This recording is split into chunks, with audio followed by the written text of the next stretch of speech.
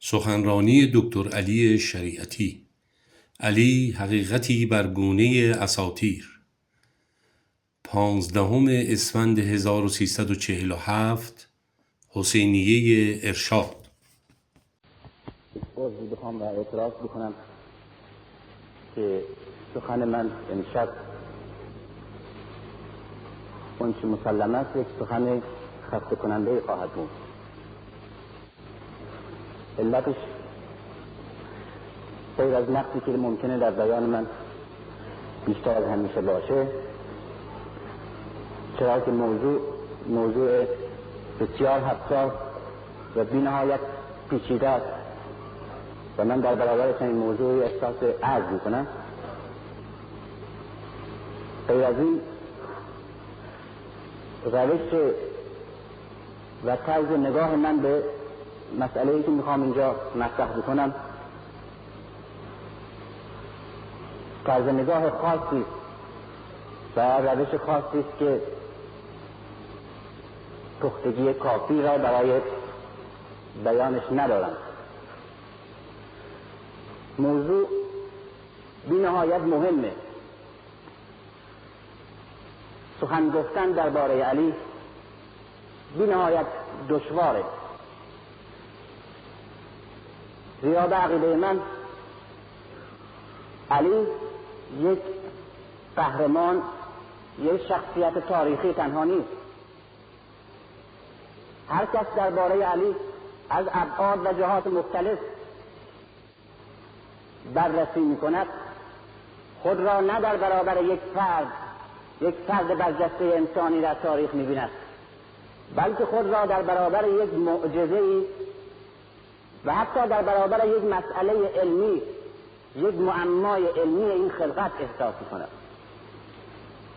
بنابراین درباره علی سخن گفتن برخلاف آنچه که در وهله اول به ذهن میاد درباره یک شخصیت بزرگ سخن گفتن نیست، بلکه درباره یک معجزه‌ای که به نام انسان و به صورت انسان در تاریخ متجلی شده است هست.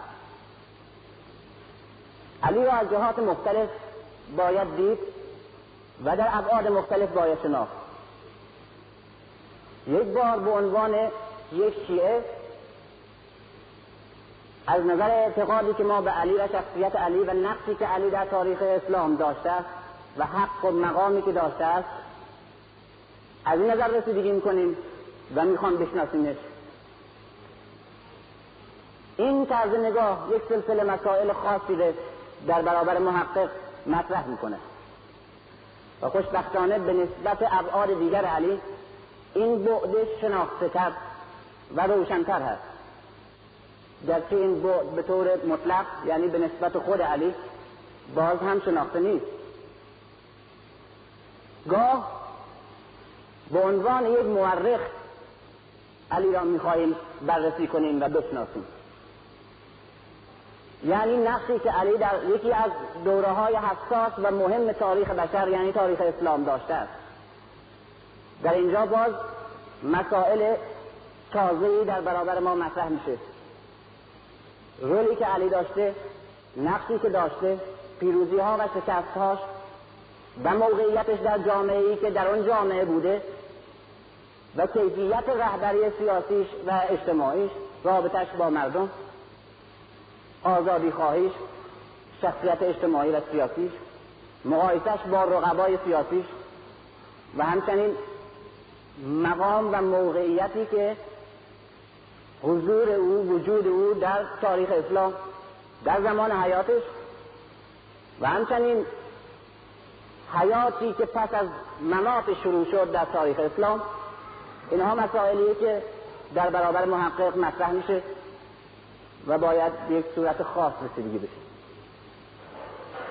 مسئله سوم یعنی نقطه نظر سوم که از اون دیدگاه علی را باید رسیدگی کرد و بررسی کرد تا شناختش، به عنوان یک دید و نگاه انسان شناسی. ما نه شخصیت و نقش او را در تاریخ و در تاریخ اسلام و نه حق و مقام و حقیقتش را در تاریخ اسلام به عنوان شیعه، بلکه از یک دیدگاه دیگه یک موجود شگفتی را به نام علی در بشریت می‌بینیم و می‌خواهیم و می‌کوشیم تا او را بشناسیم. در اینجا مسائلی که در برابر ما مطرح میشه با مسائلی که به عنوان یک مورخ یا به عنوان یک مسلمان یا به عنوان یک شیعه در برابر محقق مطرح است شبیه نیست. یک سلسله مسائلیه که باید از نظر روانشناسی، از نظر فلسفه و بالاخص از نظر انسان شناسی مورد رسیدگی واقع بشه. از این جهتی که من میگم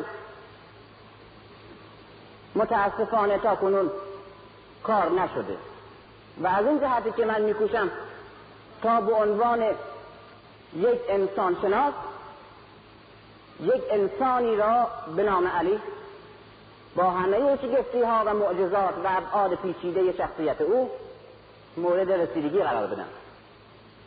بنابراین این شخصیت بزرگ را در تاریخ بشریت و همچنین در نفس بشریت قرار میدیم و مورد مطالعه قرار میدیم.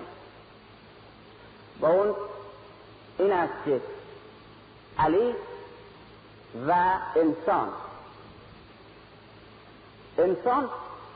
با خصوصیاتش، با ایدئالهاش، آرزوهاش و کیفیت ساختمان معنویش دارای خصائل ویژه‌ای است که و دارای آرزوهای خاصی است که در این آرزوها، در این امیدها و در این خصائل خاص بشری این شخصیت بزرگ و معجزه‌آسا به نام علی موقعیت ویژه خودش داره.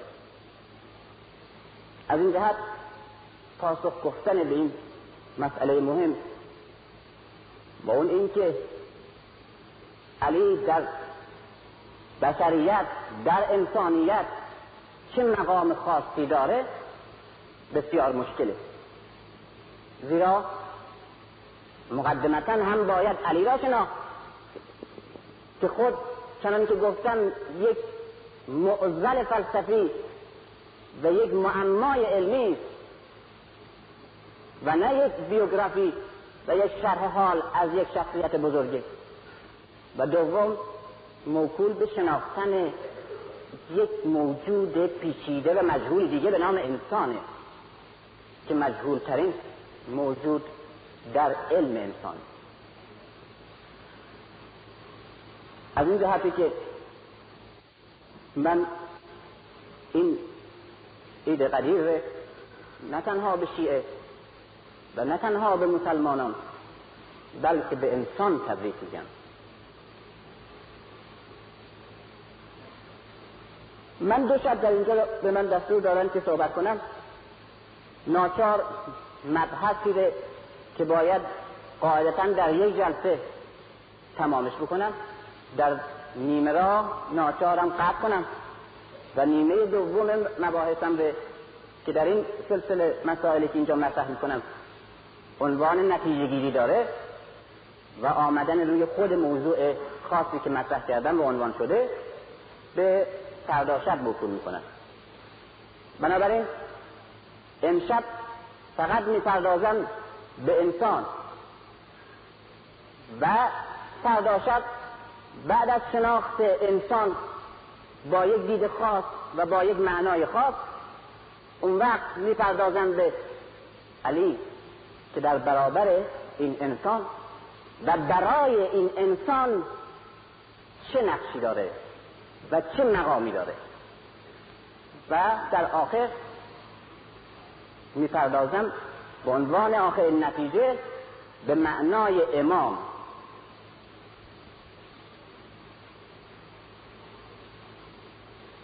انسان شاید یک موضوع خیلی کهنه باشه و در وهله اول اینجوری به نظر برسه که یک موضوع بسیار بدیهی رو مطرح کردیم، در صورتی که در علم انسان در میان سراسر علوم و همه پدیده‌هایی که در علوم انسانی مطرح است مجهول ترین مسئله انسان است.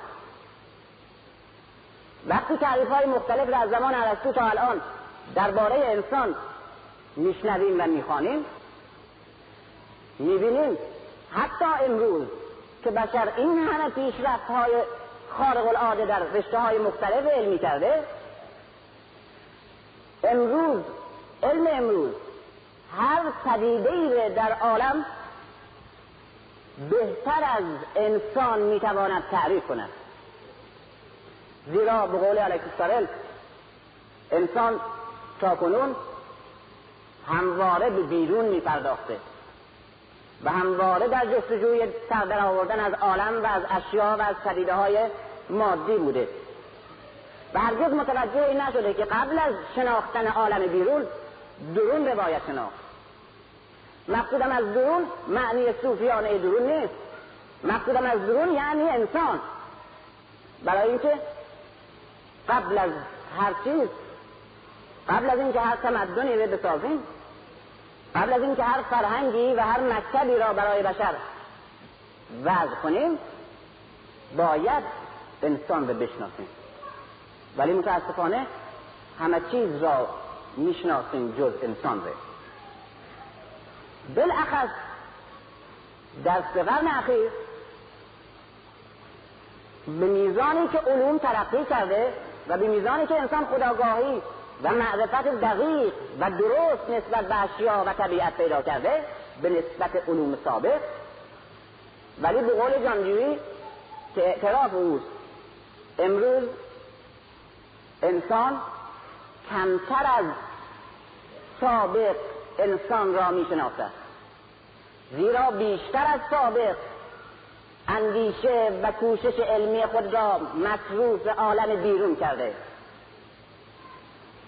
زیرا فلسفه، مذهب و علوم قدیم شعارشون این بود، گرچه به این شعار نمیگم همه رسیدن، همه فلاسفه و علما، و شاید نه فلاسفه رسیدن و نه علما، اما شعارشون این بود که معنی زندگی و هدف عالم و خصوصیات انسان را و رسالت انسان را در این عالم تعیین کنند، بشناسند. این شعار علم و فلسفه در قدیمه. اما در 3 قرن اخیر فرانسیس بیکن شعاری را انتخاب کرد که تاکنون علم هنوز اون شعار را حفظ کرده، و او اینه که علوم سابق و فلسفه های سابق همه هدفشون این بود تا انسان معرفت زیاد بشه و آگاهی بیشتر نسبت به حقایق عالم پیدا کنه فقط. اما علم امروز باید این هدف رو از خودش دور کنه و این رسالت رو از دوشش بیاندازه و رسالت دیگر بگیره، چنان که گرفت. و رسالت دیگر علم عبارت است از توانایی. فرانسیس بیکن اعلام کرد که تنها علمی علم است و مورد قبول، و تنها فلسفه‌ای فلسفه است و مورد قبول که منجر به قدرت انسان در زندگی بشود. و چنانکه الان می‌بینیم علم در این سرعت و پیشرفت شدیدی که کرده در زندگی فقط به قدرتمند شدن انسان کمک کرده، و مقصود از قدرتمند شدن انسان هم این است که او را بر طبیعت مسلط کرده، و مقصود از تسلط بر طبیعت هم این است که از طبیعت برای زندگی روزمره‌اش و برای برخورداری های غریزی او از مادیات و از نعمات مادی که در روی این خاک هست بیشتر مستعد بشه. این کوشش موجب شد که همه رشته های فلسفی و همه رشته های علمی در 3 قرن اخیر منجر به قدرتمندتر کردن انسان بشه، یعنی منجر به صنعت. بنابراین هدف فلسفه ها و علوم سابق معرفت انسان بود به عالم، اما هدف علم امروز منجر شدن علم و کوشش های علمی به صنعت، برای اینکه صنعت تنها وسیله است که علم را تبدیل به قدرت انسان در روی زندگی میکنه. در قدیم هر کس که دانشمندتر بود یعنی آگاهتر و خودآگاهتر بود. اما بیتون میگه این ارزش نداره. هر کس که دانشمندتره یعنی این که مقتدرتره، یعنی مسلحتره، یعنی سرمایه‌دارتر و ثروتمندتره. فقط از این جهت در قدیم مثلا آتن دانشمندتر بود اما روم قوی‌تر بود. امروز دانش تنها و تنها هدفش مقتدر کردن انسان در روی زندگی و در روی خاک. این قدرت، این شعار گرچه یک شعار مقدس است، زیرا یکی از خدمات علم باید برخوردار کردن هر چه بیشتر انسان از مواهب مادی باشه، اما انحصار علم در چنین رسالتی خیانتی به علم و خیانتی به انسان بود و چنانکه امروز عواقب چنین حصری برای علم و برای اندیشه انسانی کاملا پدیدار شد. زیرا رسالت مقدستر از مقتدر کردن انسان که علم باید اون رسالت رو به دوش بکشه، بالاتر و مقدستر از مقتدرتر شدن انسان در زندگی، خوبتر شدن انسان در زندگی. و علم تنها چنانکه بیتن میگه به قدرتمندتر کردن انسان در زندگی و در طبیعت کمک میکنه و هرگز برای چگونه انسان خوبتر شود هیچ چاره‌ای نیندیشیده. و برای همین هم هست که انسان امروز از هر موقعی و هر دوره‌ای در تاریخ مقتدرتر است در طبیعت، اما از همه دوره‌های تاریخ که تمدن داشته انسان و فرهنگ ضعیف‌تر است بر خودش.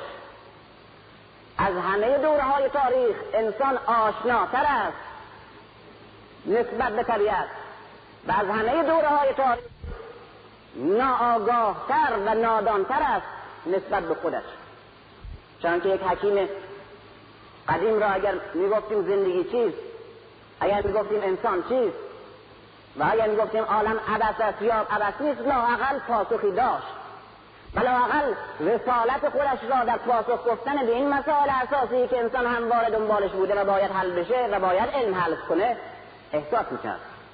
اما امروز از یک عالم اگر چنین چیزی بپرسیم میگه اینها مسائلی است که هیچ وقت ما بهش نخواهیم رسید و هیچ وقت حل نخواهد شد و اینا رو باید معطل گذاشت و بهش نیندیشید و تنها هدف من و رسالت من این است که چگونه پدیده‌ای را یا رابطه بین پدیده‌ها را کشف کنم، استخدام کنم، تبدیل به صنعت کنم و اون رو تولید کنم و انسان رو برخوردارتر کنم از کالا. بنابراین هدف همه کوشش‌های معنوی فکری انسان تبدیل شدن به صنعت و هدف صنعت تولید است و مصرف. یعنی انسان خلاصه شده است همه کوشش‌های عمیق و مقدس معنوی و عقلی و منطقیش در مصرف هرچه متنوع‌تر و هرچه بیشتر. این است که تمدن امروز یک تمدن مصرفی است، یک اصالت مصرف شاخصه تمدن امروزه در هر شکلی از حکومت‌ها و در هر شکلی از اشکال اجتماعی که در کشورهای متمدن دنیا حساب کنیم در این مشترکند که اصالت مصرف مذهبشون و مذهب علمیشون. و این مسئله است که هیچ کس شک در این نداره. این مسئله انسان امروز کاسته، انسان امروز کوچک کرده و انسان امروز مقتدر کرده اما بد کرده، در صورتی که قبل از این که انسان مقتدر شود باید خوب میشد. دو تا اصطلاح که من ناچارم برای بیان مطلب این دو کلمه رو معنی کنم به اون معنای خاصی که استعمال میکنم و غالبا اینا مترادف استعمال میشه در صورتی که مترادف نیست. یکی خدمت به انسانه، یکی اصلاح انسان. این دو تا معنا، دو تا مقوله. گاه ما به یک فرد یا یک اجتماع خدمت میکنیم، مثل اینکه یک شهر اسفالتش میکنیم مثل این که به یک انسانی 100 تومن پول 1000 تومن پول میدیم، یک خانه براش میخریم، در اختیارش میذاریم. این خدمت کردن به جامعه، خدمت کردن به یک فرده. اما این اصلاح نیست. این اصلاح نیست. گاه این خدمت بدون اصلاح ممکن است منجر به یک خیانت بشود.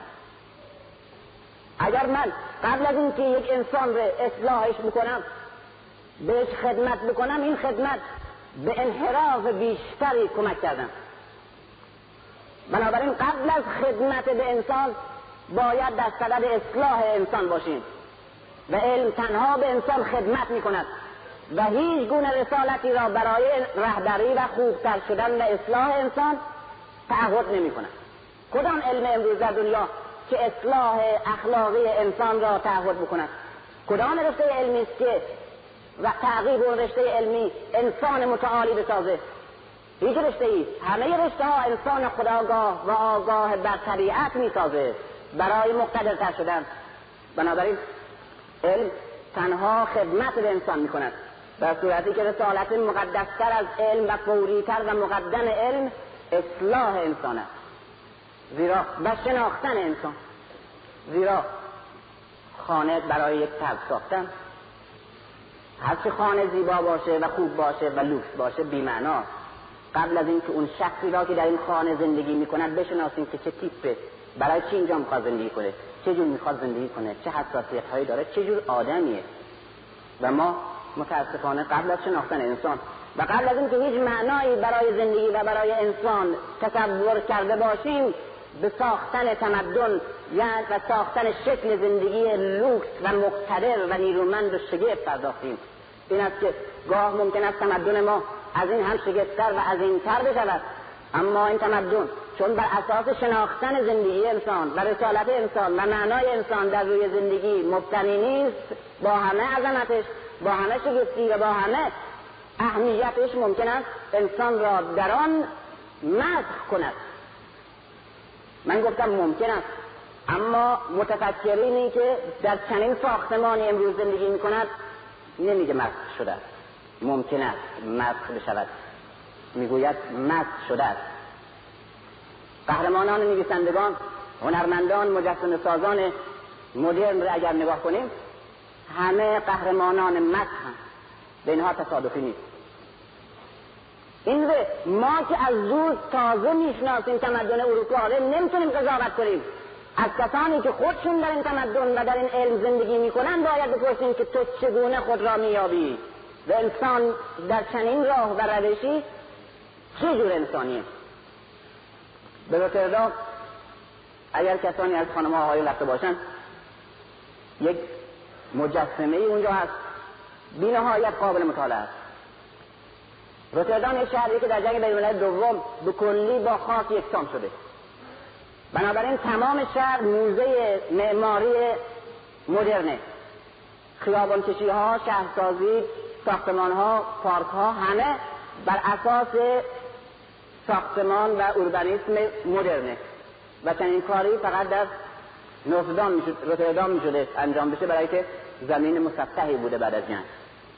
در میدان عمومی این شهر یک مجسمه ای دیده میشه.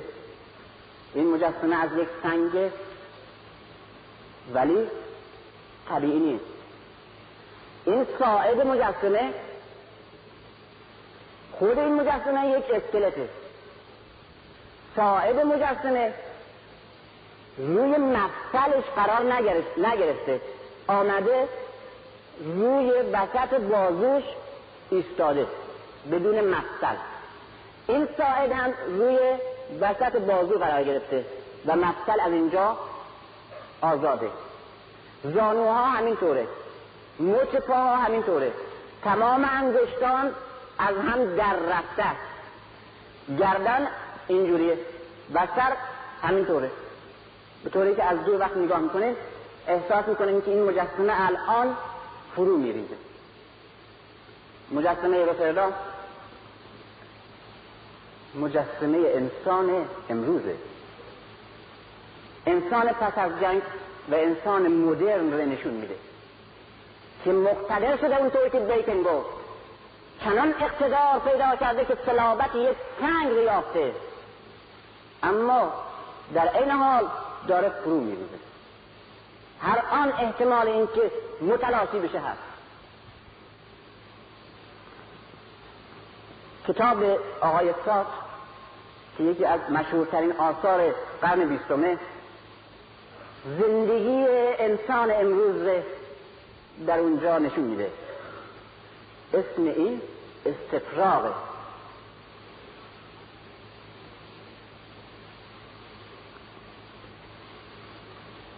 قهرمان ژان ایزوله که سمبل انسان امروزه، یک شاهزاده ای غرق طلا و شکوه و جلال، اما از دردی مینالد که درمان ندارد. خودش ژان ایزوله در تفسیر این قهرمان میگه این قهرمان فرانسه است که سراپا صلاح، سراپا قدرت تمدن و سراپا زر، یعنی همه مواهب زندگی است. یعنی همون آرزوی فرانسیس بیکن در علم عمل شده، تحقق پیدا کرده، اما از دردی مینالد که درمان ندارد. این شاهزاده ژان ایزوله میگه فرانسه است، اما امروز همه تمدنه، انسان متمدنه. قهرمان دیگه مال الیته و اون خیلی خوشمزه تر انسان امروز میگه، انسان مقتدر امروز میگه.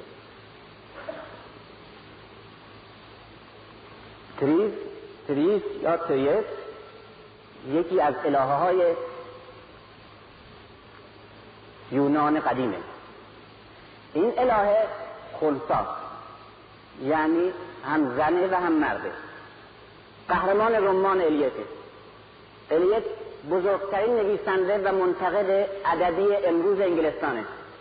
در اون شک ندارم که بزرگترین شاخصه ادب امروز انگلستان الیت، شاعر و نویسنده بزرگ و فیلسوف. این قهرمان انسان امروزه که مقتدر شده، 2 برابر انسان دیروز شده. اما این چه جور 2 برابری؟ مثل یک خنثی است که 2 برابر انسان معمولی است، 2 برابر انسان گذشته است، اما یک جور 2 برابر شدن است که عقیمه و ضعیفتره و از لحاظ انسانی پایین‌تر از انسان گذشته است که نصف این بود. چرا همه این کارا شده؟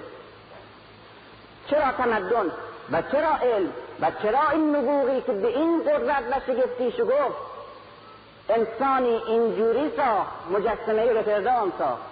چرا زندگی با این جلال و با این قدرت و با این برخورداری استفراغ شد؟ چرا این تمدن بزرگ بیماری داره که به قول کامو طاعونه؟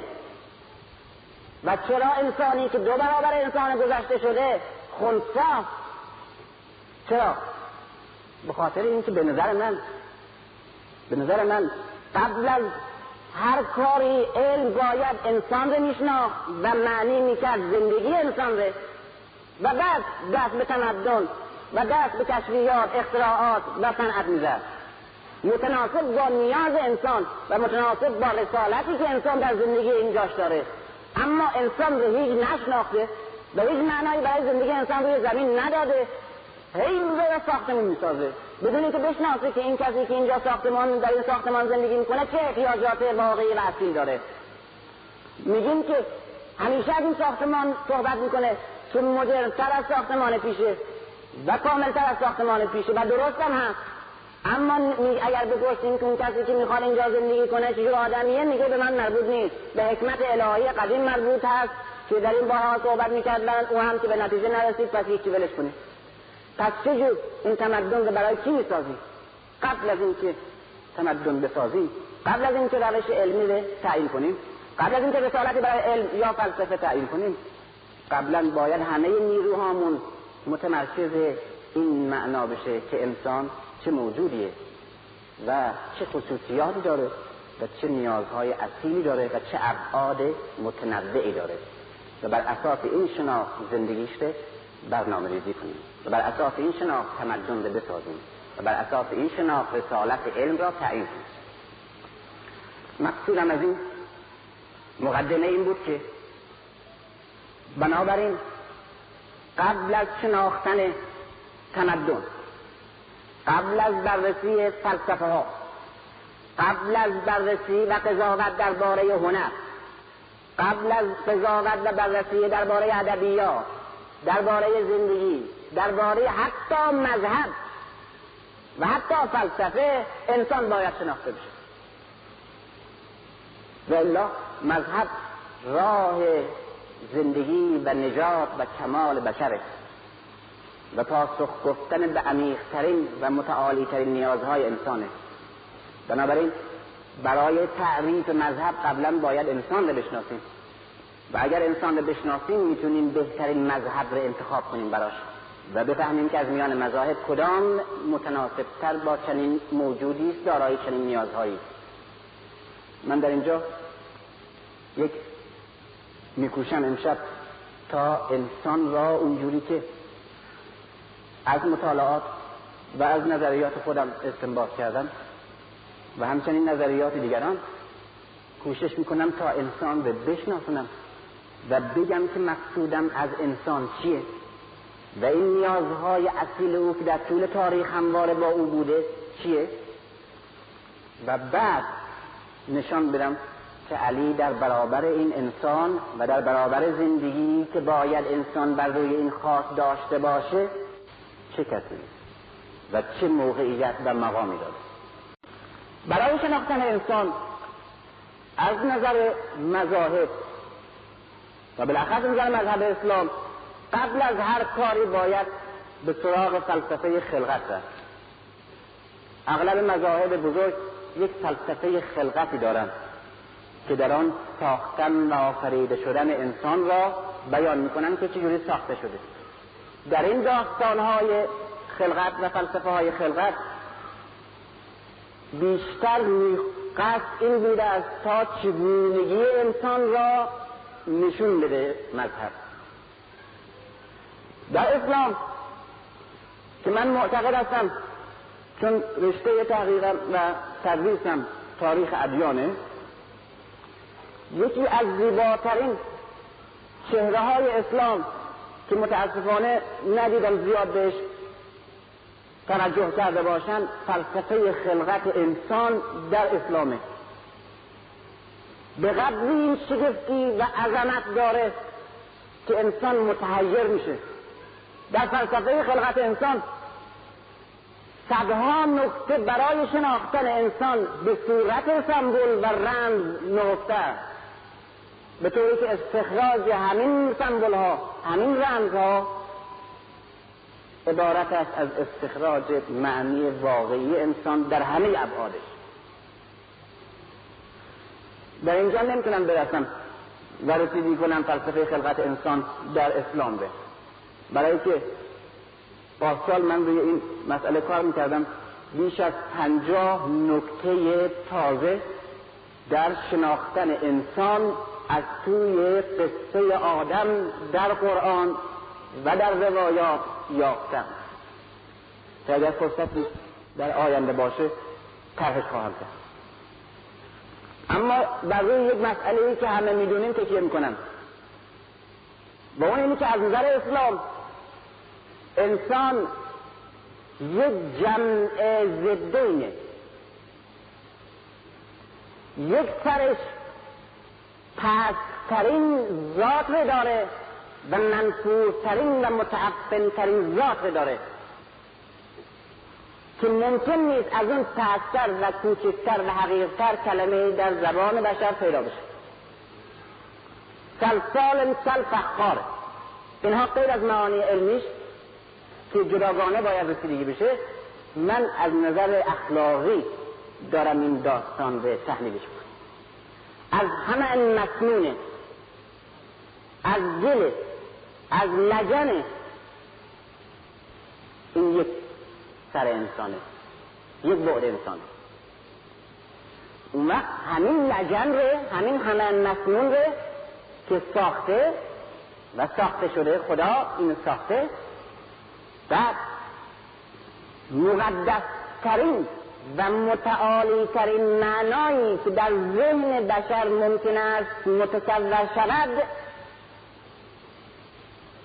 درون این رو ساخته، فطرت این رو ساخته، بعد دوم این رو ساخته و اون خدا و روح خدا. مسلماً در اینجا تعبیر ادبیه و الا خدا، روح خدا مثل ید خدا که میگیم معنای تعبیر ادبیه. یعنی از یک طرف یک لجن متعفن ساختمان انسان، از اون طرف دیگرش روح خداونده که در او دمیده شده.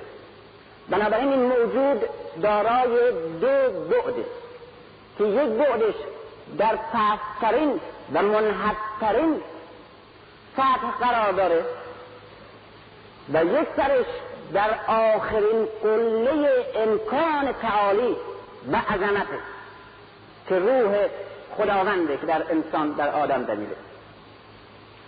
و انسان این انسان کلیه، این انسان حقیقیه، انسان موجود، یعنی انسان عینی خارجی، یعنی ما هممان میان این دو قطب لجن خاک و قطب خدا و روح خدا در حرکت هستیم. این مسیر انسانه، این مسیر زندگی انسانه، مسیری که آغازش همه مسنون لجن پستی و حقارت زبونیه، دل رسوبیه، عادت داره به رسوب، عادت داره تهنشین بشه، دلش میخواد هم که بیفته. یک سرمنزلش مطلق روح خدا. بنابراین در این داستان هم زندگی انسان و هم رسالت انسان در روی این زندگی و هم خود انسان معنی شده. بنابراین انسان موجودی است که در راه طی کردن فاصله میان خاک تا خدا. این راه نامش مذهب است و اون مقصد و سرمنزل انسان. آیا این معنی که اسلام از انسان داره که عظیمترین و شریفترین معنی است که برای انسان ممکن است وجود داشته باشه و حتی در میان همه مکتب‌های انسان پرستی یعنی اومانیسم از آتن تا کنون در این 3000 سال که فلاسفه مختلف اومانیست بودند و انسان پرست بودند و اصالت انسانی بودند، هرگز معنی با این عظمت در هیچ یک از این مکتب‌ها نبوده. یکی از اینا از اون مکتب‌های اومانیستی بسیار معروف و مشخص‌ترین مکتب اومانیستی امروز اگزیستانسیالیست آقای سارتر یا هایدگر. من اگر فرصت داشته باشم خواهم گفت که چگونه سارتر یا هایدگر یا مارسل که اصالت الانسانی هستند و انسان را مجزا از طبیعت می‌دانند و انسان را یک تاقچه جدا بافته‌ای در عالم خلقت می‌دونند، حتی معتقدند که انسان به قدری عظمت داره که نیاز با واجب الوجود و اله و خدا نداره. اینها معنی حقیقی‌تر از معنی اسلام در داستان آدم برای انسان قائل است. رسالت انسان بنابراین از لحاظ اسلام اینه.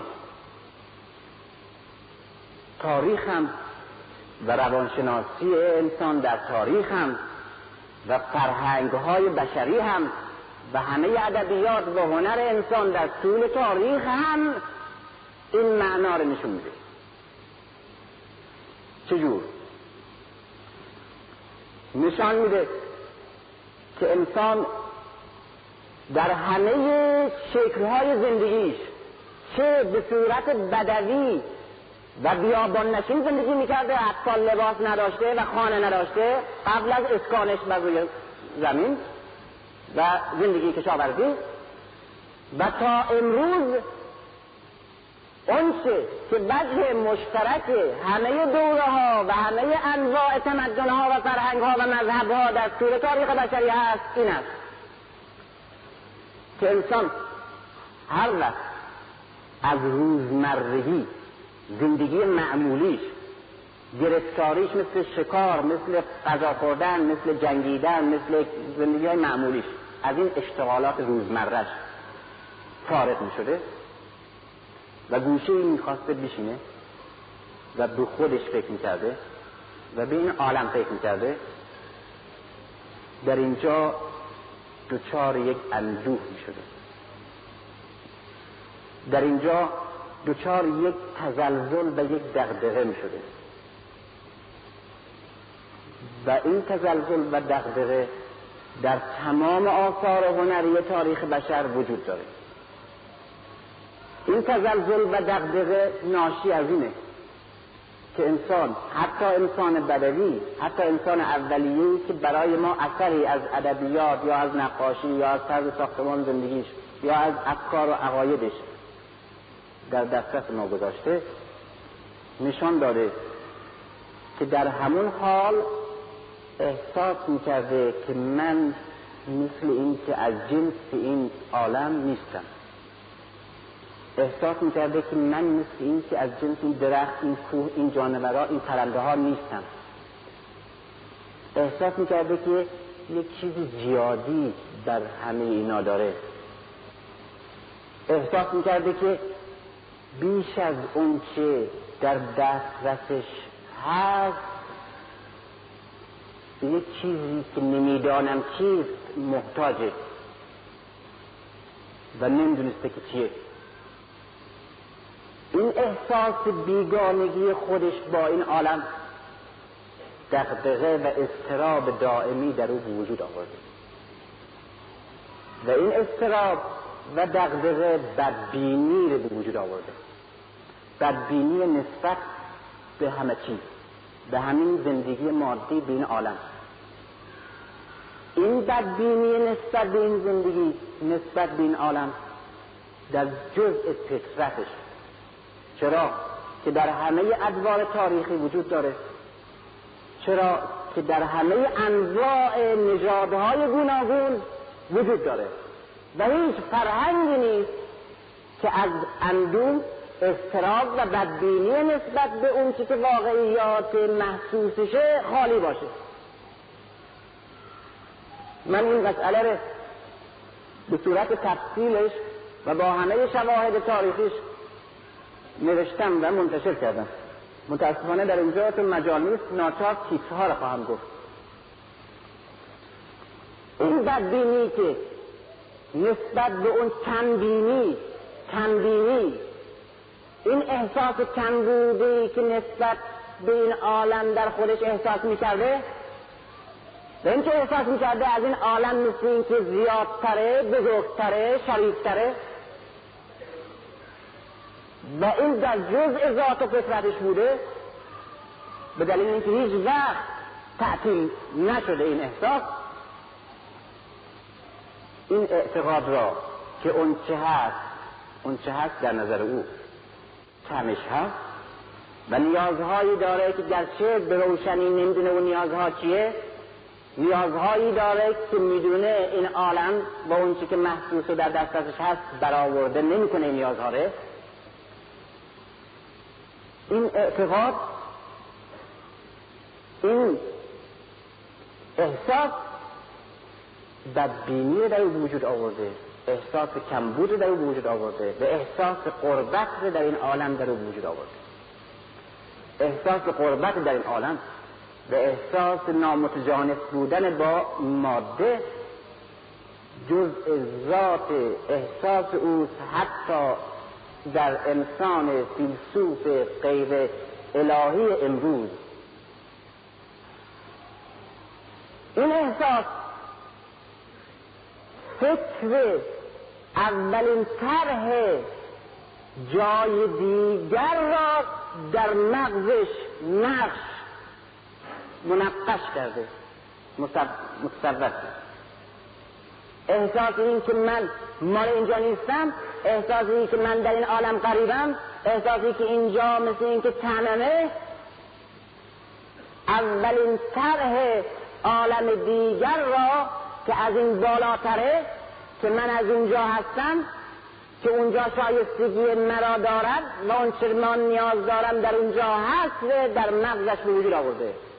برای همینه که در تاریخ فرهنگ ها وقتی نگاه میکنیم، فرهنگ های بدوی رو که نگاه میکنیم، میبینیم اولین نقش طرح فلسفی که در مغز انسان ابتدایی طرح شده اعتقاد به دو جهان بودنه. با همین نام در 5000 سال پیش از میلاد مسیح کلمه هت یا هوریک رو داریم که قبل از سومری ها، و سومری ها از اونها گرفتن که معلوم نیست چه قومی هستن، معتقد به جهانی به نام هت یا هوریک مال 7000 سال پیش در بین النهرین، یعنی عالم نه اینجا، اون جای بالاتر در ادبیات و فرهنگ بدوی تاریخ ما هست. و این نشون میده و نشون میده و ثابت کرده که اولین طرح در فلسفه انسان ابتدایی که در ذهنش از جهان نقش بسته دنیای دیگه است. ولو هیچ گونه تصویری نقشی از دنیای دیگه در ذهنش نتونه مجسم کنه، این احساس از این عالم، احساس نامتجانس بودن با این عالم، احساس کمبود در این عالم کردن، اون روادار به اعتقاد به یک عالم بهتر که متجانس با او هست کرده. و برای همین هم هست که اولین طرح ثنویت عالمه، یعنی دو جهان بودنه در انسانی که حتی از اولین آثار تمدن فاقد بوده.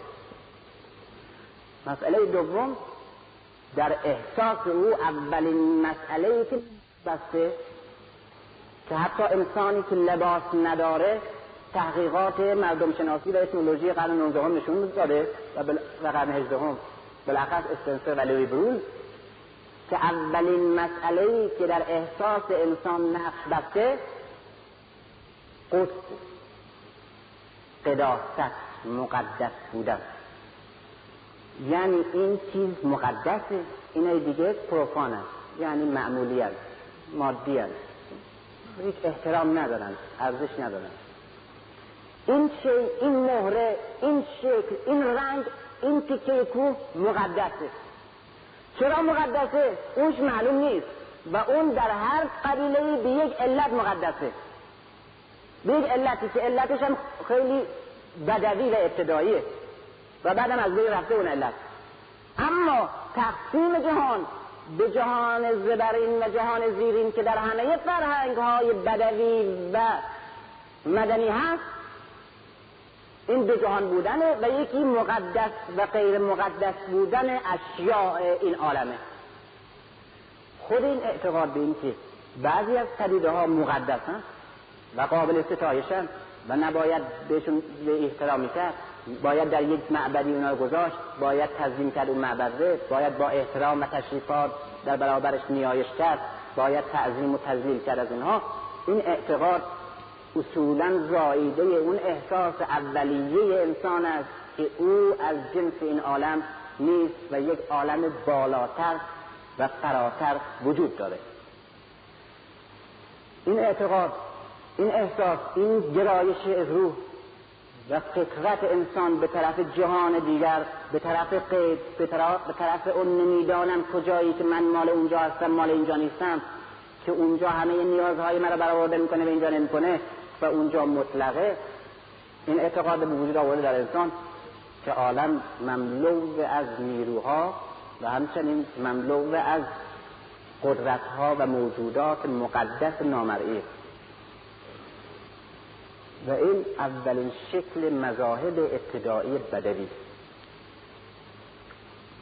اما اون چی که در طول تاریخ هیچ تغییر نکرده، فقط تلقی ها تغییر کرده بر حسب تکامل فکر و علم انسان، احساس بدبینی انسان نسبت به اون چه هسته و تمایل انسان به گریز از اون چه هسته. و احساس و اعتقاد انسان به این که اون چه هست کمشه و احساس به این که در این چارچوبه عالم مادی که او میبیند زندانی غریبه. این احساس غربت در اینجا ناله، درد و اندوه در او به وجود آورده. یک غم مبهم، نه قصه های معمول روشن، یک غم مبهم. این غم مبهم بر چهره انسان در طول تاریخ سایه افکنده و این غم مبهم در همه ادبیات و مذهب‌های عرفانی غیر عرفانی عالم و در همه هنرهای متعالی این غم وجود داره و این غم در حالات یک فرد، در اون حالاتی که دچار احساس عمیق‌تر و انسانی‌تر و خودآگاه‌تری هست بیشتره و این غمی است که ما ناله این غربت رو در 5000 سال پیش از زبان قهرمانانی مانند گیلگمش میشنویم که 5000 سال پیش در زیر آسمان سومر فریاد میزد. قهرمان بزرگ سومره. این قدیمترین حماسه است که در تاریخ بشر وجود داره و تازه کشف شده. این قهرمان بزرگ سومر ناله میکنه و فریاد میکشه که من مال اینجا نیستم، من در زیر این خاک غریبم، در زیر این آسمان غریبم و این آسمان بر جانم تنگی میکنه.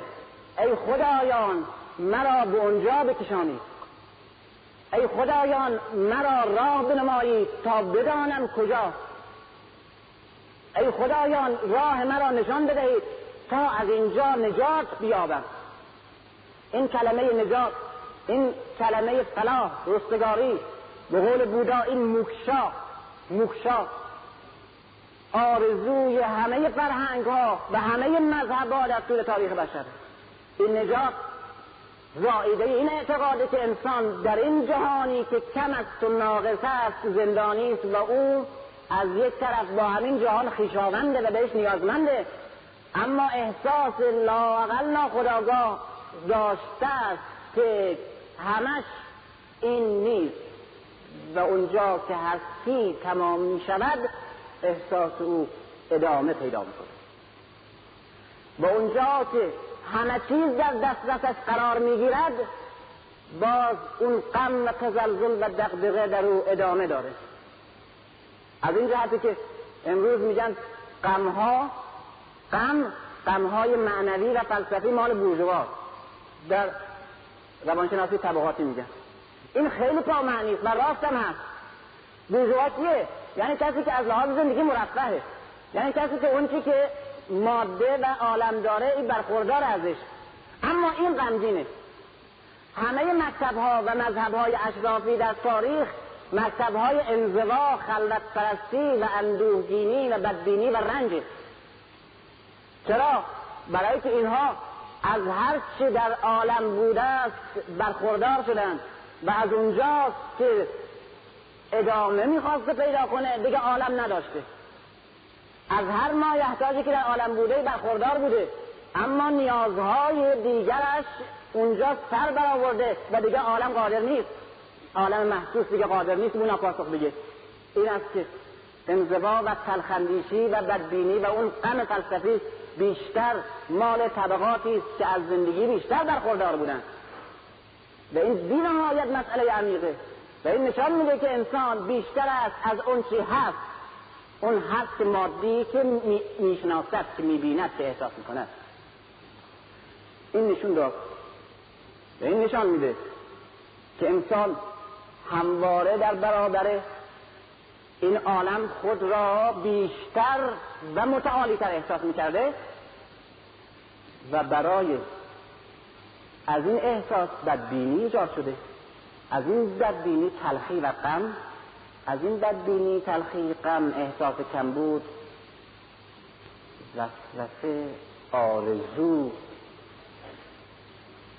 آرزوی نجات در او پیدا شد، آرزوی تقرب و توسل به اون نمیدانم کجایی که اینجا نیست در او پیدا شد.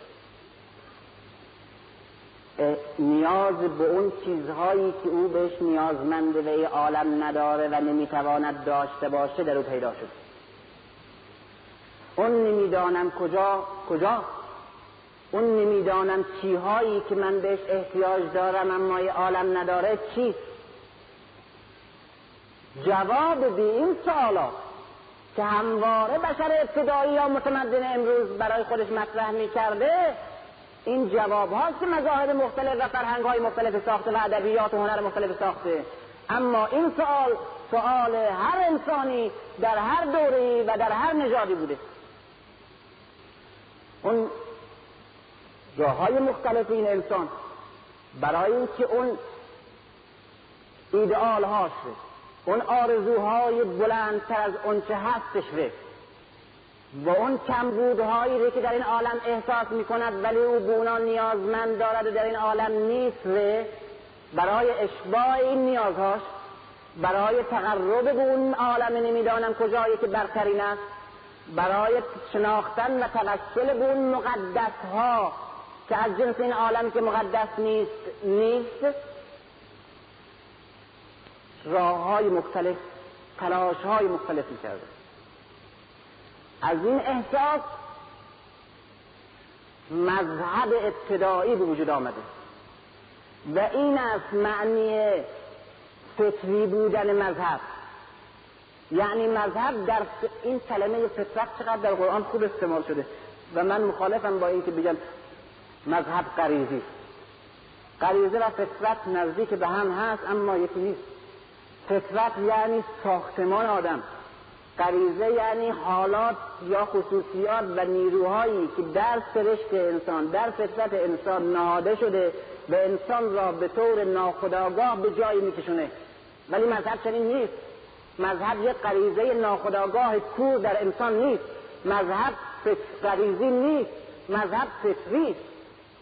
یعنی به طور خودآگاه در ذات و نهاد انسان نهاده شده است که او باید راهی را بپیماید و پیدا کند برای رسیدن به نجات، برای رسیدن به اون نمیدانم کجایی که کامل است و اینجا ناقص و احساس کمبود میکرده و از جنس اون دنیاست و اونجا وطنشه و اینجا قربته.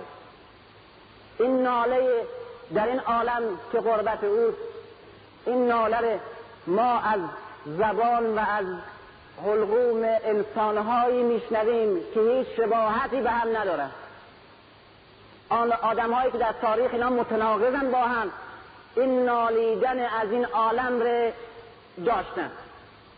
من معتقدم مسلما ناله گیلگمش که متن حماسش تازه به دست آمده از کتیبه‌های سومری و بابلی، در کتیبه‌های بابلی به طور کاملش کاملا روشنه که ناله گیلگمش که حماسه گیلگمش به وجود آورده، این حماسه غم‌انگیزه، ناله از قربت این عالم و ناله برای نجات از این عالم ولی نمیدونه کجا.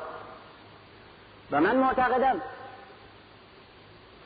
که این روح بزرگ و پر از شگفتی و پر از زیبایی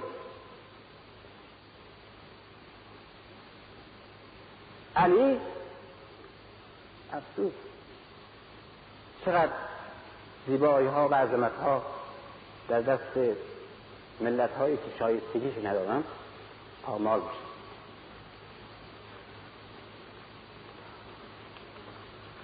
این یک آیه‌ای در انجیل هست که من خیلی این آیه رو دوست دارم و فکر میکنم که اگر همه انجیل تحریف شده باشه این سخن بوی سخن یک پیغمبر میده و فکر نمیکنم کسانی که به تحریف یک کتاب آسمانی میپردازن اینقدر شعور و ذوق داشته باشن که چنین جمله‌ای بسازن. میگه که ای انسان ها، انسان بزرگ مستقل میخواد بسازه، ای انسان ها از راه‌های مروید که روندگان آن بسیارند. ای انسان ها از راه‌های مروید که روندگان آن بسیارند. از راه‌هایی بروید که روندگان آن کمند. از راه‌هایی بروید که روندگان آن کمند. چرا که تاریخ تکامل مال کسانی است که خودشون راه تازه انتخاب کردن یا راه‌های انتخاب کردن که هنوز انسان‌ها و توده مردمی که دنبال رو همیشه هستن و همیشه دیگران براشون فکر میکنن تصمیم میگیرن، از این راه ها نمیرن. از راههایی بروید که روندگان آن کمند، از راههایی مروید که روندگان آن بسیاره.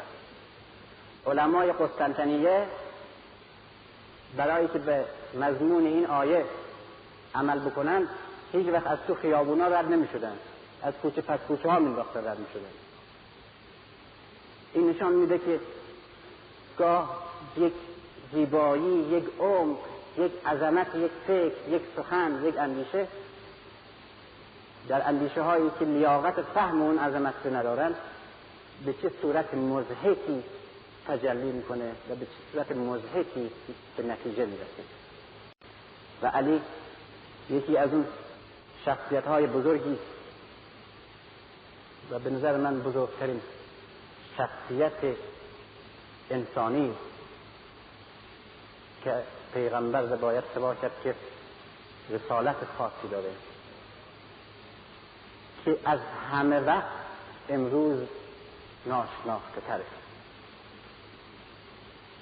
و کاش ناشناخته می بود بد شناخته تره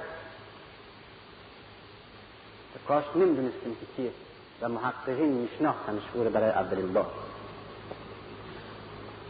گاه علی که توی این جنگ ها یک قهرمان شمشیر زنه، توی شهر یک سیاستمدار پرتلاش حساسه و توی زندگی یک پدر و یک همسر بسیار مهربان و بسیار دقیقه و یک انسان زندگی در همه ابعادش. گاه میبینیم تاریخ میگه که تنها در نیمه شبها توی نخلستانهای اطراف مدینه میرفته و نگاه میکرده که کسی نبینه و نشنوه و سر در حلقوم چاه فرو میبرده و مینالیده. هرگز من نمیتونم قبول کنم که رنجهای مدینه و رنجهای عرب و جامعه عرب و حتی جامعه اسلامی و حتی یارانش این روحی رو که از همه این آفرینش بزرگتره وادار به چنین نالیدنی بکنه. هرگز درد علی خیلی بزرگتره و اون درد خیلی باید درد نیرومندی باشه که این روح رو این اندازه بیتاب بکنه. مسلماً این همون درد انسانی است که خود را در این عالم زندانی می‌کند، انسانی است که خود را بیشتر از این عالم می‌بیند و احساس خفقان در این عالم می‌کند و مسلماً هر کس که انسان تر است از اون چه هست بیشتر در خود نیاز احساس می‌کند، زیرا انسان به میزانی که برخوردارتر از انسان نیست، بلکه انسان به میزانی که خود را نیازمندتر احساس می‌کند انسان است. و مسلماً علی بیش از هر انسانی احساس نیازهای متعالی که در این عالم نیست می‌کرده و بیش از هر کسی در این عالم احساس قربت می‌کرده و بیش از هر کسی باید قریبانه در این آفرینش بناله و این ناله است که چنین روحی رو به چنین ناله‌ای وادار می‌کنه. این علی میگه این ناله رو امروز حتی امروز در حلقوم کسانی از حلقوم کسانی میشنویم که اصولاً به ماوراء الطبیعه نه تنها معتقد نیستند بلکه امن دارند که ماوراء الطبیعه و خدا را از ذهنها بزدایند، از بین ببرند و انسان را یک موجود مادی از جنس این جهان معرفی بکنند و عالم قدس و اون عالم برین و اون معنویات ماورایی و اهورایی و خدایی و الهی اینا همه در ادیان گذشته همه رد بکنن. سات چنین آدمی تمام زندگی فکری و فلسفیش گذاشته به این که انسان خودش را فقط و فقط انسانی در این زندگی احساس کنه، نه بالاتر از این زندگی بود نه اندیشه. اما تمام آثار ادبی این خیلی زیبا خیلی جالبه، در تمام آثار فلسفی و شعر اعتقاد به این که همه حقیقت‌ها و همه واقعیت‌های انسانی و عالم و وجود در همین عالم ماده است و نه بیش به چشم می‌خوره. تمام فلسفه‌اش میخواد این ثابت کنه فقط انسان است و همین عالم ماده و دیگر هیچ. بنابراین چنین آدمی باید انسان خوشبین باشه، نه بدبین. یعنی انسان را اهل همین عالم و از جنس همین عالم و مساوی و برابر همین عالم میدانه. بنابراین باید انسانی باشه نسبت به عالم خوشبین. بنابراین انسانی باید باشه که اون ناله قربت رو نداشته باشه، اون تزلزل و اون اضطراب و دغدغه برای نجات نداشته باشه، برای که جای دیگه نیست که این تزلزل رفتن به اونجا داشته باشه یا غم نرفتن به اونجا و دور موندن از اونجا داشته باشه. اما در آثار ادبیش برخلاف آثار فلسفیش همواره میناله، زندگی رو استفراغ میدونه و این عالم رو پس احمق ابله میگه. چرا؟ اگر هر چه حقیقت هست و هر چه واقعیت هست همین عالم هست، پس چرا احمق؟ چرا ابله؟ چه کسی حق داره به این عالم رو احمق و ابله خطاب کنه؟ کسی که به یک عالم داناتر و اعلا و اقدس معتقده و اعقل. تو که به اون معتقد نیستی، چرا پس نسبت به انسانی که اصولا از جنس طبیعته و بیش از این هم دیگه نیست، چرا پس مینالی؟ همه ادبیات ساز نالیدن از کمبود این عالم است و از اینکه این عالم درک نداره، فهم نداره، هم جنس انسان نیست، انسان بالاتر از همه این عالم است. اگزیستانسیالیسم یعنی همین، یعنی همه عالم ماهیتش قبل از وجودشه. یعنی اول یک چیزی من میخوام یک قندشکن بسازم، اول این چگونگی قندشکن تو ذهن من هست، ماهیتش، بعد قندشکن میسازم، یعنی به اون ماهیت وجود میدم. غیر از انسان که اگزیستانسش یعنی وجودش قبل از ماهیتش، یعنی اول انسان وجود پیدا کرده، هیچی نبوده، پوچ، اصلا هیچ خصلت، هیچ معنی نداشته. بعد این شخصیت انسانی یعنی ماهیتش را بعد از وجودش به دست خود ساخته است که میسازد. و حق و باطل این حق کار ندارن، به این کار دارن که تو که در عین حال به ماوراء الطبیعه معتقد نیستی، با عالم بالاتر از این معتقد نیستی، چرا مانند علی و مانند کسانی که مانند علی معتقد به زندانی بودن انسان در این عالمند و معتقد به بلاهت عالم ماده و حماقت عالم ماده هستند و معتقد به یک دنیای ماورایی تر و یک دنیای مقدستری هستند که اونجا شعور کل، احساس کل، حیات کل و بصیرت کل وجود داره و عقل کل وجود داره و از جنس انسان از اون عالم و در اینجا زندانی است و بیش از این عالم است، چرا مثل اونا مینالی در آثار ادبی و هنری؟ اما در آثار فلسفی برخلاف انسان را مساوی با این عالم میشمارید و بیش از این میگی چیزی نیست.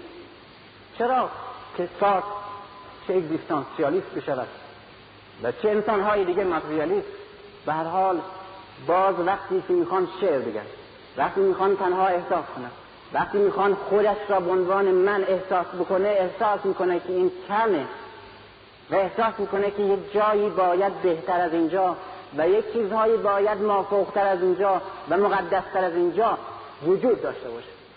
این احساسی است و این ناله است که در طول تاریخ از حلقوم همه انسانها میبینید و این سایه غم در همه فرهنگ‌های متعالی انسان وجود داره و این سخن است که از زمان ارسطو که همه آثار هنری، نقاشی، از موسیقی، از مجسمه سازی، از همه آثار هنری و ادبی، همه دو نوع هست. یا آثار فکاهی هستند، درام فکاهی هستند، این آثار مبتذل و پست معمولی روزمره، یا آثار متعالی و انسانی و خوب هستند، اینا آثار غم انگیزند، تراژدی. چرا تراژدی متعالی؟ چرا؟ برای که ساخته اون احساس انسان است در حالتی که دچار یک غم بزرگ شده و اون غم کمبود این عالم که در آن گرفتار است و غم دور موندن از اون نمیدانم کجایی که مال اونجا هستم. از این دغدغه، از این اضطراب، از این کمبود دو جلوه در تاریخ میبینیم. از این اضطراب یکی هنر یکی مذهب. مذهب،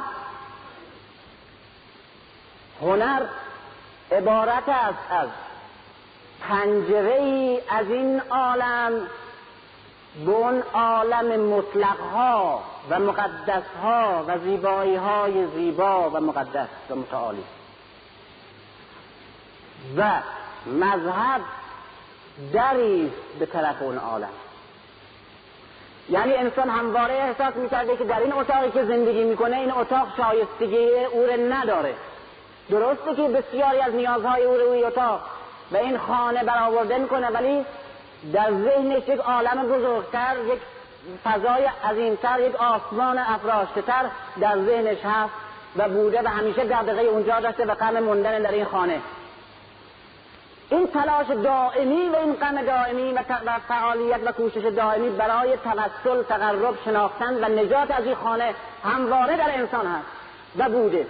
در هر انسان، به هر مذهب، به هر نژاد و در هر دوره‌ای پیش از تاریخ و بعد از تاریخ، هر کدومش در هر نژادی، در هر قبیله، در هر زمانش من آثار دقیق و شواهد دقیق دارم. خب گاه به صورت هنر می ساخته. هنر اصلا از اینجا پیدا شد، از احساس کمبود پیدا شد. هنر عبارت است از خلق، آفرینش، و هر آفریدنی زائیده احساس کمبود و نیاز به اون چیزی است که در عالم نیست. من می آفرینم. اگر می بود احتیاج به آفریدن نبود. ما اگر همیشه سمفونی می شنیدیم از در و دیوار، هیچ وقت سمفونی نمی ساختیم. چنان که هیچ وقت ما آب نمی سازیم، چون آب هست. اگر که زیبایی وجود داشت، ما این همه تلاش برای ساختن زیبایی نمی کردیم. بنابراین من به زیبایی های احتیاج دارم که در این عالم نیست. به وسیله خلق هنری می آفرینم. به سخن گفتنی غیر از سخن گفتن روزمره احتیاج دارم، و چون این سخن گفتن روزمره همه احساسهای مرا کفایت نمی‌کنه، دست به خلق زبان خاصی به نام شعر میزنم. و چون همه اشکالی که در این عالم هست کفایت زیبایی پرستی، زیبایی شناسی نیاز مرا به زیبایی ها نمیده، خلق زیبایی هایی که در این عالم احساس میکنم که نیست و من بهش احتیاج دارم رو میآفرینم، دست به خلق میزنم. بنابراین هنر عبارت است از پنجره‌ای از این خانه محقر که انسان شریف درش گرفتار شده به طرف اون نمیدانم کجایی که همه خواستهای مطلق ما در اونجا. چرا؟ برای که هنر معتقد است که هنر یک مبنای عمیق فلسفی نداره، یک مبنای احساسی داره. در این خانه من گرفتارم، این خانه زشته، این خانه نسبی است، این خانه کمبود میده من، این خانه زیبایی های لازم نداره. من پنجره رو باز میکنم به طرف اون بیرون، اون عالم بالاتر و ماوراتر و زیباتر از این خانه. اما مذهب در از این خانه باز میکنه تا انسان رو از این خانه بیاره بیرون، خانه‌ای که خاکه، و بر این راهی که اسمش مذهبه ببره تا خدا. بنابراین مذهب عبارت است از یک نجات معقول از این جایی که من در اونجا احساس غربت میکنم، و هنر عبارت است از اشباع کاذب نیازهایی که من دارم و در این خانه نمیابم. انسان خودش را در این عالم زندانی احساس میکرده و هر کس انسان تره احساس زندانی بودن در او بیشتره. دلیلش اینه که از زمان ارسطو عرض کردم تا حالا تراژدی، آثار غم‌انگیز هنری و ادبی آثار متعالیه. خود ما وقتی که به مسائل روزمره معمولی پست نزدیک یعنی دنیایی میپردازیم، احساس شعف، نشاط، امثال اینها داریم. در اون حالتی که به پایکوبی و بشکن و جفتک و اینها میپردازه که انسان در حالت خیلی معمولیه، در یک احساس بسیار مبتذله. اما وقتی که احساس عمیق درش وجود میاد و یک تأمل بسیار عمیق درش وجود میاد، همواره با یک غم توأمه، با یک اضطراب لطیف اما بی نهایت عمیق توأمه. اینه که آثار غم انگیز، آثار متعالی، اینه که ما غم رو دوست داریم و هر انسان متعالی تر بیشتر آثار هنری غم انگیز رو دوست داره. چرا؟ اگر که فیلم ها رو، اگر پیس ها رو، اگر شعرها رو بگذاریم تقسیمش بکنیم به مبتذل و متعالی، تمام آثار زیبا و آثار عمیق و انسانی هستند و غم انگیز. تمام آثار پست و مبتذل آثار نشاط انگیز هست، بدون استثناء همواره وجود داشت. چرا ما دوستدار یک شعر غم انگیز هستیم؟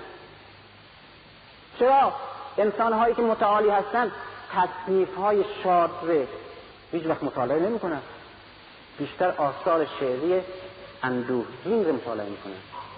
در تمام اروپا آمار گرفته شده فیلم‌های کمدی بیشتر افراد مبتذل، افراد پایین از لحاظ فرهنگ پایین هستن میرن مشتریشن. آثار غم انگیز نخبه‌ها و کسانی که از لحاظ فرهنگ بالاتر میرن. برای همین هم هست که وقتی میخوان فیلم‌ها رو صادر کنن به کشورهایی که از لحاظ فرهنگ در سطح پایین هستن، فقط آثار کمدی رو میبرن به اونجا. اونهایی که در سطح فرهنگ بالات هستن، اونها آثار غم انگیز میبرن. چرا ما پاییز رو دوست داریم؟ به خاطری که در اونجا احساس پایان میکنیم. احساس پایان یعنی اون درد دائمی نجات در غروب بیشتر احساس میکنیم و احساسهای عمیق‌تر غروب رو بیشتر با خودشون خویشاور میبینن.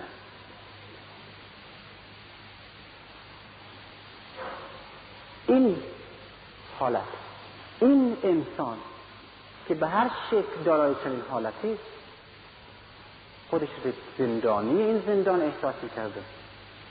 برای اینکه درد اسارت در این زندان رو تخفیف بده در خودش، زندان را بر گونه خانه خودش می آراید، یعنی هنر. گاه در تلاش باز کردن در برای نجات از این زندان، برای رفتن به وطن خودش و خانه خودش، این تلاش مذهبه.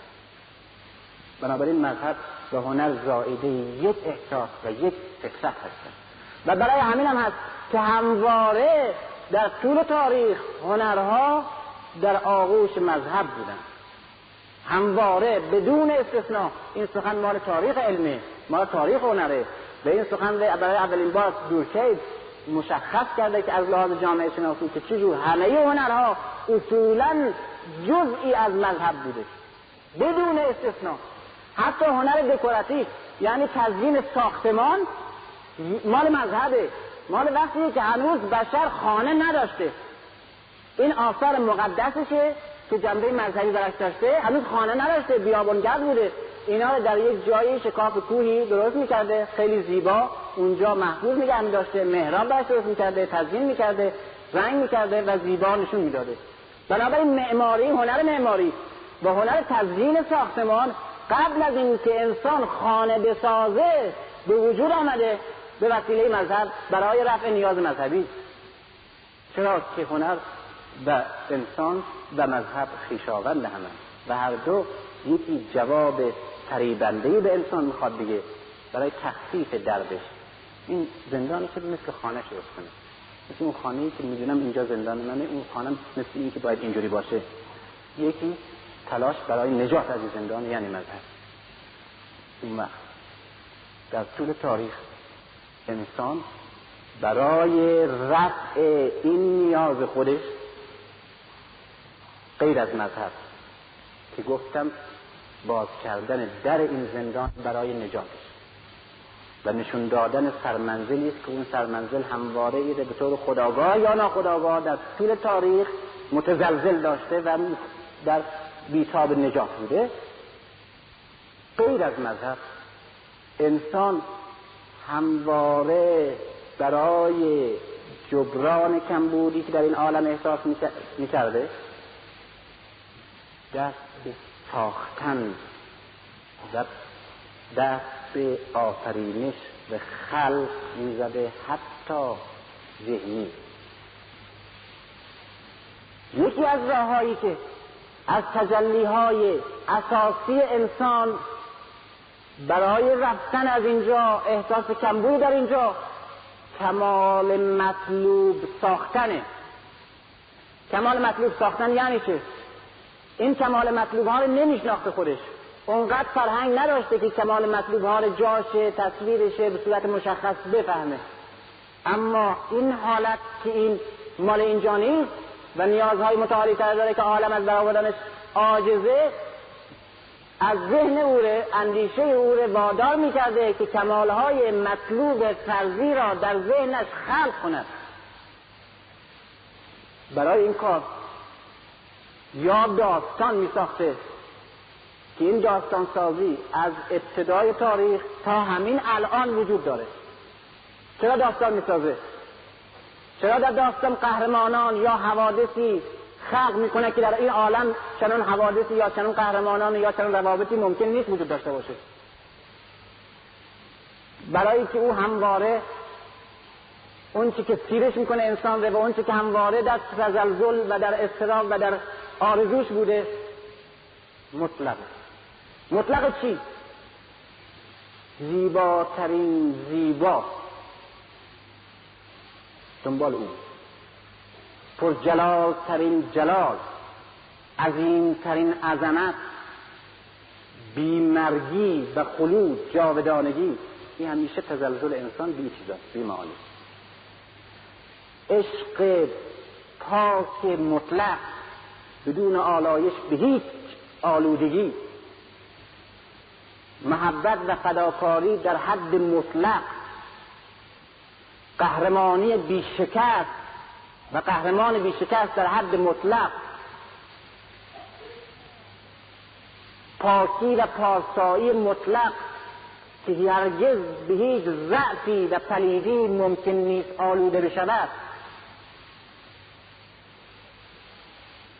اینها و امثال اینها بی نهایت بودن،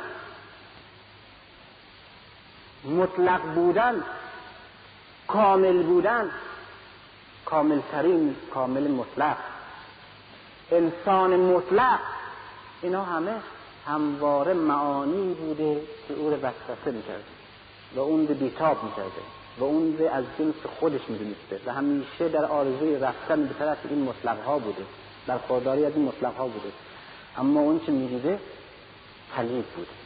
اگر عشق بوده آلوده به پلیدی بود و او عشقی به نیاز داره که به هیچ پلیدی و هوسی و انحرافی آلوده نمیشه. داستان میسازه اونجوری که عشقی که میخواد باید باشه و نیست. یکی از این راه‌ها تصویر عالم ایدئالش میسازه، یعنی شهری، جامعه‌ای که اون بهترین شهر و بهترین و عالی‌ترین جامعه است، اوتوپیا میسازه، شهر خیالی میسازه. این شهر خیالی از زمان افلاطون هست تا همین الان میسازن. شهری که در روی زمین تحقق ممکن نیست پیدا کنه، در ذهنش میسازه. همواره شهر خیالی میسازه. در تمام فرهنگ‌های بشری بهشت وجود داره. بهشت عبارت است از یک زندگی ایدئال و مطلق که در هیچ فرهنگی نیست که نیست. بهشت اصولاً جزء فطرت انسان، اعتقاد به بهشت، اعتقاد به مدینه فاضله جزء فطرت انسانه. انتها در تصور اون که چجور هست به میزان فرهنگ و معنویت و کمالش نوع بهشتش فرق می‌کرده، شکل بهشتش فرق می‌کرده. و الا در این که باید این زندگی بالاتر هم جنس او داشته باشه هیچ کس شک نداشت. بزرگترین جلوه انسان، جلوه این روح و این احساس خاص انسان که همواره در ذات فطرتش بوده اساطیره. اساطیر عبارت است از مجموعه شخصیت ها، مجموعه مظاهر و مجموعه زندگی ها، مجموعه احساس ها، مجموعه پیوند ها و پیوستگی ها و روابط انسانی در حد اعلای کمال که چون در روی زمین این اساطیر وجود نداشته، برای اشباع اون نیاز و دلهره دائمیش و وسوسه دائمیش و آرزوی دائمیش می ساخته در ذهنش و بعد می پرستیده همین سمبول ها ره، همین مظاهر ره، همین رب النوع ها ره، همین اله ها ره. بنابراین نتیجه‌ای که میخواستم از این بحث امشب من بگیرم و با کمال معذرت و این ناچار در نیمه باید رها کنم برای دنباله بحث در شب بحث، این است که این بدون استثناء مربوط به یک مذهب خاص نیست، به یک فرهنگ خاص یا تمدن خاص نیست، مربوط به انسان است. همواره احساس کمبود در این عالم می‌کرده. این احساس کمبود احساس غربت در این عالم رو به وجود آورده. این احساس غربت غم رو در او به وجود آورده و اضطراب رو. این احساس کمبود و غربت و تن رو در ذهن او بیدار کرده و اون غیر رو، اون جایی که من مال اونجا هستم اما نمیدونم کجاست که جایی هست، ولی به هر حال مال اینجا نیستم. و این اضطراب دائم هنر را برای جبران کمبودی را که در این عالم احساس میکنه به وجود آورده و مذهب برای پاسخ گفتن به این کمبودها و نجات او از این غربت در تاریخ نقش و رسالتش بوده، به انسان نشون دادن راه برای انسان برای نجاتش از این غربت به وطنش. و یکی از راه‌هایی که دائما نشان میده که انسان مضطرب غمگین احساس کمبود دائمی در هستی میکنه، ولی اون به خدا مثل ساعت معتقد نباشه، ناچار به این معتقد هست که انسان از این عالم بزرگتره و انسان همواره مطلق دوست مطلق پرسته و همواره دغدغه دست یافتن و داشتن مظاهر کمالهای مطلوب مطلق را داشته در همه ابعاد معانی و این احساسش در هنر، در نقاشی، در ادبیات، در همه فرهنگ ها، در همه مذهب ها و در طول تاریخ کاملا متجلی و یکی از چهره‌های تجلی چنین احساسی که انسان داشته اساطیر است. این انسان غریب را وادار می‌کرده تا تلخی زیستن در این عالم تنگ را و عالم اندک را با ستایش و پرستش دنیای اساطیر و دنیای خدایان و رب النوع‌های معانی ماورایی که در این عالم وجود ندارد و به اون نیازمند است، این احساسش را به وسیله اساطیر تخفیف بده. و فردا شب خواهم گفت که چجور در طول تاریخ همه مذهب‌ها، همه فرهنگ‌ها، همه نژادهای عالم و انسان در همه مرحله‌های مختلف زندگی تاریخیش، از گیلگمش تا سار، از انسان بدوی قبل از تاریخ تا انسان متمدن امروز اروپا، در تلاش ساختن اساطیر است و این اساطیر چه نقشی در زندگی معنوی انسان داشته و در این داستان علی کیست؟